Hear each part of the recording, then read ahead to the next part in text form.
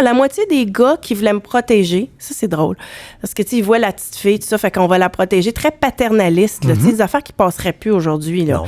Et l'autre côté qui était comme, qui te regarde du coin de l'œil, j'en suis venir me voler ma job. Parce qu'évidemment, comme tu es différent, tu vas faire les choses avec originalité. Fait que c'était un peu des deux. J'en avais des deux. Puis tu venais amener un brasse lacanis dans probablement la paresse des boys qui couvraient. Complètement.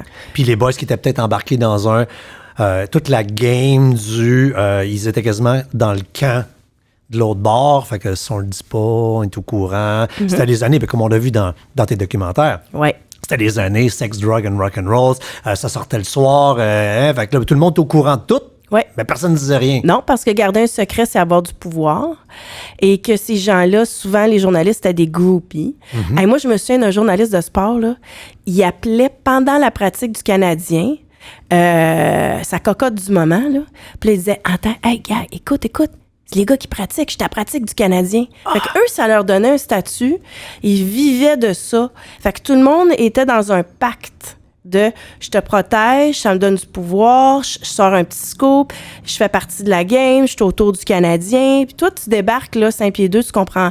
T'es pas fan, t'as jamais été athlète. T'arrives de l'extérieur, tu checkes ça, tu te dis, ouais, OK, il y a un beau terrain à défricher ici. Clairement.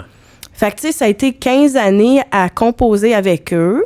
Des fois, c'était difficile. Tu sais, Régent Tremblay prenait un malin plaisir à me ramasser dans sa chronique à l'époque où tout le monde regardait, tu sais, lisait cette chronique-là. Puis là, les gars disaient, hey, t'as-tu vu ce qui est écrit? Oh, il est pas fin, Régent. Ils me disaient ça quand je rentrais. Ouais, mais c'est eux autres qui coulaient quasiment, là, ils pensaient pareil, là. C'est comme une école secondaire. Tu fais pas partie d'aucune clique. T'es là avec ton petit cabaret, puis tu sais pas trop où c'est que tu vas te placer.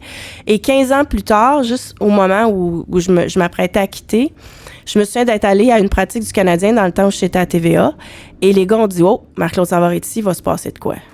Hein? Et ça a été ma confirmation de je passais de là à là. Il y avait du respect. C'était comme, assez déplacé.